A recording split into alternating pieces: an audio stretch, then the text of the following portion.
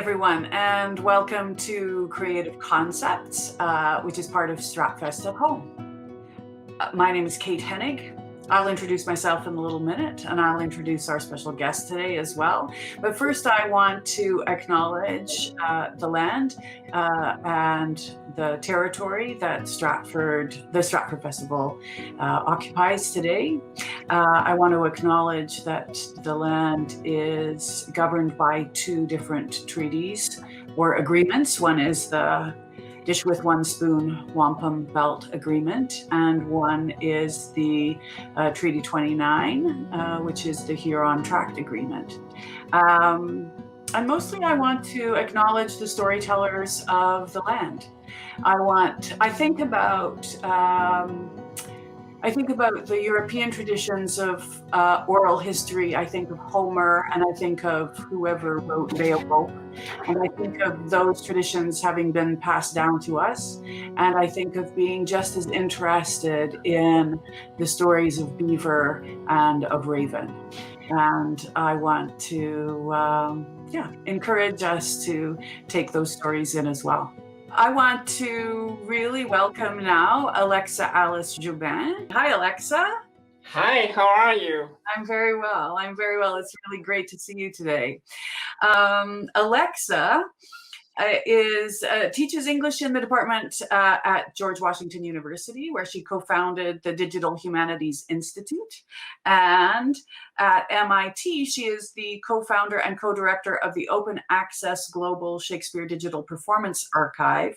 She has written extensively on globalization and adaptations of Shakespeare, and she has spoken with the Stratford Festival many times. Isn't that right, Alexa?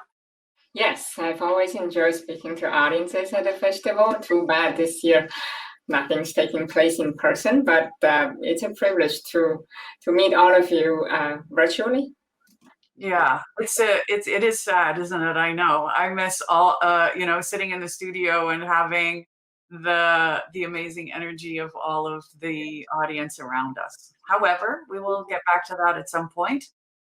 For now, we are going to talk today about Romeo and Juliet and the globalization of that story, or ways in which that story is told around the world. Oh, I should probably tell you a little bit about who I am, because you might not know that either. I'm an actor, a playwright, a teacher, and a director. And it's always my privilege to be with Stratford audiences and to be here. And I'm excited about our conversation today, Alexa. So can you speak a little bit about the theme of star-crossed lovers and how that theme echoes through different global cultures? Absolutely. Obviously, Shakespeare's Romeo and Juliet has been hailed as the greatest love story of all time. And the phrase star-crossed lover, which is itself an oxymoron, has been misquoted out of context. There's nothing about fate in the tragedy. Even if star-crossed seems to suggest that they have it in their stars, it's their fate to meet and not be able to live happily thereafter. So that's just a misnomer that Shakespeare threw out there to distract the audience. We'll return to that in a little bit. But globally, there have been a lot of literary star-crossed lovers, or shall we say lovers who have various kinds of obstacles between them. It could be race, class, even sexualities. When people think of star-crossed lovers in the West, it's mostly parental disapproval in a feudal context, but or mostly fateful love. Think of the fateful love between Orpheus and Eurydice in Virgil. There's also Pyramus and Thisbe, who live in Babylon in Ovid's Metamorphoses. They live in connected houses, but are forbidden by their parents to be wed, just like Romeo and Juliet, because of their parents' rivalry. And through the crack on a wall, they whisper their love to each other. Now, this, of course, is a familiar story as a play within a play, that's recycled in a parodic manner in Shakespeare's Midsummer Night's Dream. Yeah, and so we think of that as the comedy all the time, don't we? we think of Romeo and Thisbe as a comedy when in fact it really is not the original story. And I think it's poking fun at himself because Shakespeare wrote Romeo and Juliet in 1595. Around the same time, he wrote A Midsummer Night's Dream. So in Midsummer Nights, you have a mini Romeo and Juliet kind of, the plot's just so similar. And of course, the crack in the wall, it became, well, it's thanks to the inept mechanicals. They messed it up. But Romeo and Juliet has the potential to become a comedy. Later on, we'll speak of how globally this story has been adapted into parodies. But there's also Heathcliff and Catherine from Emily Bronte's Wuthering Heights, Gatsby and Daisy from Fitzgerald's The Great Gatsby, and then the Chinese playwright, who's Shakespeare's contemporary, Tang Shenzhou, wrote Peony Pavilion. And in there, again, a pair of star-crossed lovers, they meet across dreams, and the heroine even comes back to life from hell. Wow. Okay, so that's cool. I like that you say that Romeo and Juliet could be a comedy, because when we did it, when Tim Carroll directed it, the first day he talked to us, he said, you know, let's forget everything we know about this play and let us absolutely forget that it's a tragedy and just go in and play the action of the play, which, as you say, fate in a way has nothing to do with it. It's all about action, right? It's all about what happens next and so on. I want to say that this play, probably most audiences, because it's so cliche, they would not notice some of the really astonishing features. The play was experimental even in Shakespeare's times. The tempo that you spoke of, it's really fast-paced. So think about it. It's a tragedy that's so fast-paced. How does that work? The common wisdom has it that the same story can be comic when told fast, and tragic tales are usually told slowly. Right? And the play features young aristocrats as the main characters. They are not royal. That's, again, breaking the convention. Shakespeare developed a very narrow tragic theme with great flexibility. There are actually a lot of other important things in there. Other than love, this is a very violent play, for example. And the common model for his contemporary, the Senecan model of fate, fateful tragedy, fateful love, Shakespeare ditched that, and instead he focused on accidents. If you think about what happens within Romeo and Juliet, it's really all about accidents. It's badly timed events, missed messages, and so on. Yeah, and even misplaced sword points, right? Like, or sword points that hit at the wrong time, the wrong person. Yeah. Shakespeare uses this context of warring families, the Montagues and the Capulets, who live in Verona. Their argument is so old that they don't even remember the roots of it. Can you speak about other global settings for this play and how that old argument can vary from culture to culture? And I watched the trailer that you suggested I watch of Chicken Rice War, and I absolutely loved it. I loved the fact that you could totally recognize it as Shakespeare, but then it was also very obviously this feud over street food. So talk to that, speak to that a little bit, if you will, Alexa. I'm going to backtrack a little bit and begin with something that more people are familiar with. John Madden's film, Shakespeare in Love, a historical biofiction, right, about the young Will, how he struggles to write Romeo and Juliet. So that film is really all about the making of Romeo and Juliet. And of course, Will and his lover, Viola de Lesseps, they themselves are a pair of star-crossed lovers, separated by class difference rather than feud, because Will's a playwright, but Viola is an aristocratic woman. There's also, of course, Baz Luhrmann's Romeo plus Juliet, and that film, I think, is how a lot of us first encounter Romeo and Juliet, what bits and pieces of it. So the Singaporean film Chicken Rice War is designed as a parody against these familiar instances that Shakespeare in Love, but particularly Lerman's widely circulated films. In this meta-theatrical film, Chicken Rice War, it's really about how college students, they aspire to perform Romeo and Juliet, and how they fail, and how in their personal life they end up playing roles similar to those in the play.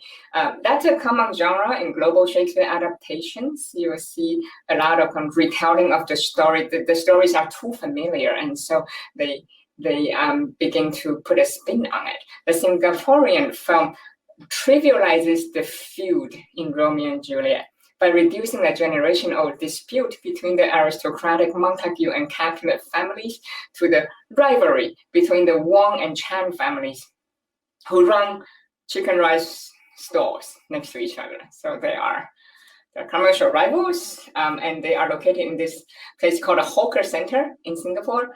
It's a semi-open-air food court. The rivalry between the two families, of course, end up affecting their son and daughter, who are cast as Romeo and Juliet in a school production. And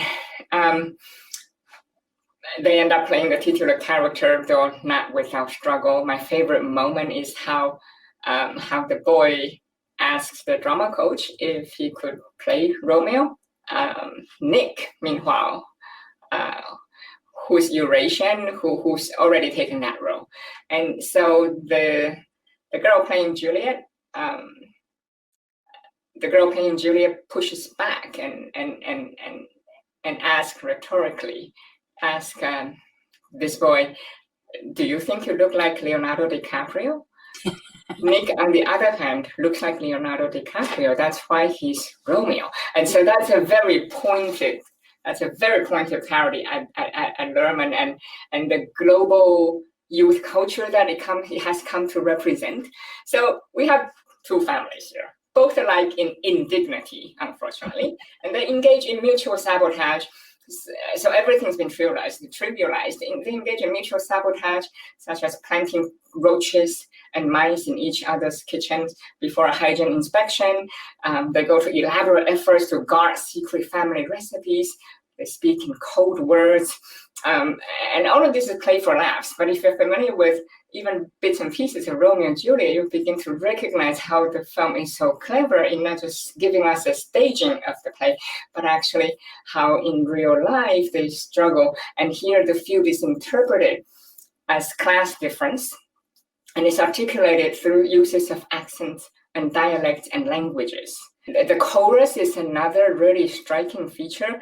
In Shakespeare, you have the chorus giving us a prologue. And in Baz Luhrmann, you have a TV news anchor giving us the prologue, who's emotionally detached. And here we have a newscaster who speaks English, Singaporean English, who opens the film, followed by a Cantonese-speaking Malay character who sings another version of the prologue. Seeing the reporter there at the beginning and then seeing the singer really allows us to see the way of the two cultures are coming together, right? I found that really intriguing, and also it takes me, it just allows me a different entree into the story. In terms of other cultures, what might be the grounds for these feuds in different stagings of the play? You talked about caste, for instance, accents and dialects, race, class, those kinds of things. There are several globally significant adaptations. One of them is a Brazilian version that went to the London Globe in 2012. They've done Romeo and Juliet as in the form of street theater. So they brought this comedic energy into it. There's a lot of clowning. They do not present it as a story that takes itself seriously. The prologue in that version, they had actually a car on stage at the London Globe, and the whole troupe made a grand entrance, and they were singing all around it. They used it as a platform to critique social inequality. There are many other versions. One I can recall is actually not a performance, but it's a memoir. It's called Reading Romeo and Juliet in Palestine. And so the lines in the play that we typically take to be romantic in Juliet's orchards, she's giving Romeo a warning. She's truly worried for Romeo. If they do see thee, they will murder thee, warned Juliet. And reading this in a war zone, the author said that in Palestine, it has a completely different, it registers a different level of anxiety. It's no longer romantic, or it's no longer about just youthful exuberance. And I took that to heart. The most important core value of the humanities and the arts really is the ability to tell and continue to offer multiple versions of stories. It'll be truly devastating when a society only allows one version of the story. That is I want to quote you on that. So I'm going to write that down, Alexa, because I think that that's what true tragedy is, right? Is not having many different voices have the opportunity to tell a like story. And maybe you could just speak a little bit to our audience about Tang Zhu and the comparison between Peony Pavilion and Romeo and Juliet. So Tang has been called the Chinese Shakespeare.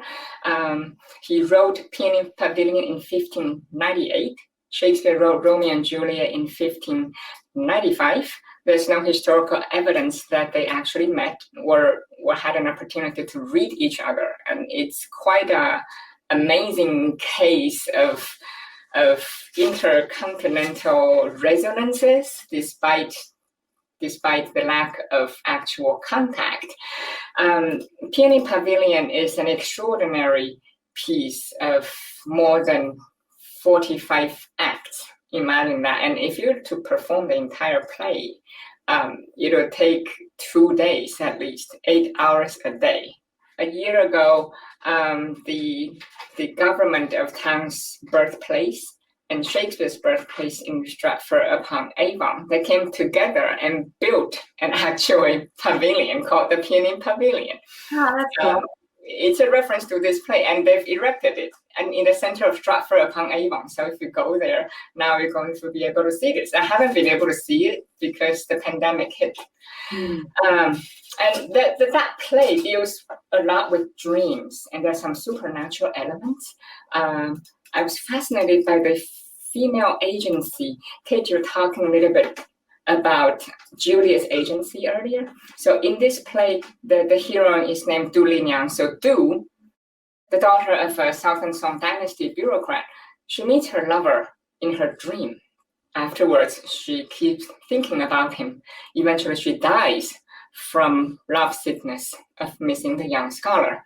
After she's buried, her dream lover happens upon the garden. So he's an actual person, apparently, happens upon the garden where she's buried.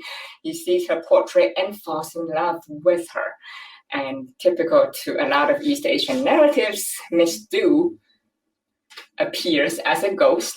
Very often, female characters would correct injustices only when they become ghosts. So the ghost of Du instructs her lover to disinter her so that she can return to life. And indeed, she does. There are parallels to Romeo and Juliet. There's parental disapproval because Du's father does not believe this young scholar. He does not believe that his daughter has come back to life. And of course, I wouldn't quite say witch hunt or trial, but it comes close to those lines. So the scholar overcomes great difficulty in his attempt to convince Du's father.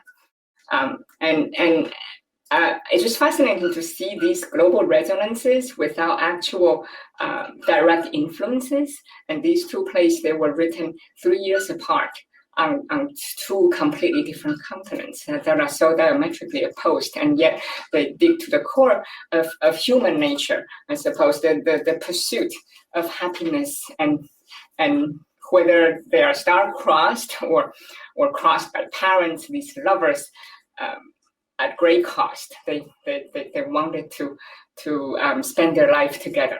I always find it amazing. Like, I think it's not, you know, that there are moments in global history, in global art, that happen simultaneously in different places around the globe. I go, it just is proof of our interconnectedness through mystery. And I think that embracing art and mystery is such is a way of us to feel more connected and bound together. Can we speak a little bit about that? The difference between it being Juliet and Romeo and Juliet. Absolutely. I think the first thing we would notice is in the famous prologue and the equivalent of epilogue, typically spoken by Prince Aeschylus. This is a woeful tale of Romeo and her Juliet, and at the very end of the play, we have it flipped. It's Juliet and her Romeo. So Romeo is not a person in his own right. He exists as Juliet's lover, Juliet's Romeo. There are a lot of signs in Shakespeare's script that Juliet is actually taking the lead in this relationship. And that, again, was quite experimental for his time. In a modern feminist reading, we will pay attention to how Juliet keeps interrupting Romeo, especially Romeo's old-fashioned, cliched courtship techniques. Juliet is essentially saying, I'm a modern woman, I don't want any of that. Mm-hmm. The first sign is, so Juliet's action, Romeo is reaction. The first sign at the mass ball, what did Juliet say? You kissed by the book. Not quite a complaint, but that's a red flag. do you not have anything original? And by herself, she's giving command. She's on the balcony, right? This is the balcony scene. Romeo is below. He's listening. Juliet says, deny thy father and refuse thy name. It's a very bold statement and request. Oh, Romeo, Romeo. Wherefore art thou Romeo? Deny thy father and refuse thy name. Or if thou wilt not, be but sworn my love, and I'll no longer be a Capulet. Shall I hear more? Shall I speak at this? 'Tis but thy name that is my enemy. Thou art thyself, though not a Montague. Later on, they meet. Romeo keeps wanting to swear. By the moon. Juliet said, oh, swear not by the moon, the inconstant moon. And Romeo is at a loss. What shall I swear by? Do not swear at all. Swear by thy gracious self. Lady, by yonder blessed moon I vow, that tips with silver all these fruit tree tops. Oh, swear not by the moon. The inconstant moon that monthly changes in her circled orb, lest that thy love prove likewise variable. What shall I swear by? Do not swear at all. Or if thou wilt, swear by thy gracious self, which is the god of my idolatry, and I'll believe thee. Well, that's unheard of, because all Romeo knows is Petrarchan, the Petrarchan conventions, how to write sonnets in Shakespeare's times. Note that the Petrarchan tradition was already cliched in Shakespeare's times. So you can see how as a young playwright, Shakespeare's already setting out to try to topple some of that. Mm-hmm. And Romeo makes another clumsy attempt. If my heart's dear love, right, at the beginning of another sonnet, Juliet interrupts again. Well, do not swear. I don't even want another love sonnet. And she jumps very quickly to the real action. If that bent of love be honorable, thy purpose marriage, send me word tomorrow. And so she's telling Romeo what to do, what they should do together as a couple. Even the courtship, she's interrupting and trying to guide Romeo through the steps. I think these features do not fall on deaf ears in the global context. Directors latch onto this not because it's the greatest love story of all time, but rather because of this highly experimental and fascinating feature. So there's nothing, even if the story we'll think is so cliche, there's nothing cliche in the text if you read it closely. And how do you think, like in different global interpretations, does anyone ever soften Juliet? Then does anyone ever try to take away her command and her agency? I would say yes, there's a whole lot of that. The Italian director Franco Zeffirelli made a landmark film of Romeo and Juliet. It was the very first big budget feature film that really proved to the Hollywood that Shakespeare is big deal and can make money. So it's the beginning of kind of this golden age of Shakespeare on film. And in that, it's a very conventional interpretation. It's set in an imaginary medieval Italy.